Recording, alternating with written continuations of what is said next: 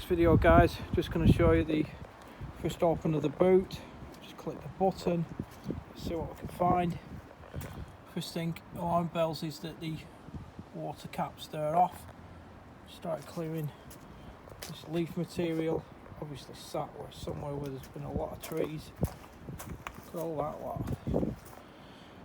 So let's see what we've got in the boot.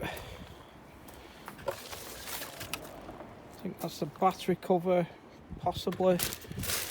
Umbrella for my Kia. Water. Something been living down there. Maybe. Yeah. Looks like something's been eating that court. So let's hope that this little visitor hasn't gone through any wires or anything like that. So yeah, first tidy out of the boot. Let's hope we don't come across any little rodents are dead. Mouse is in there.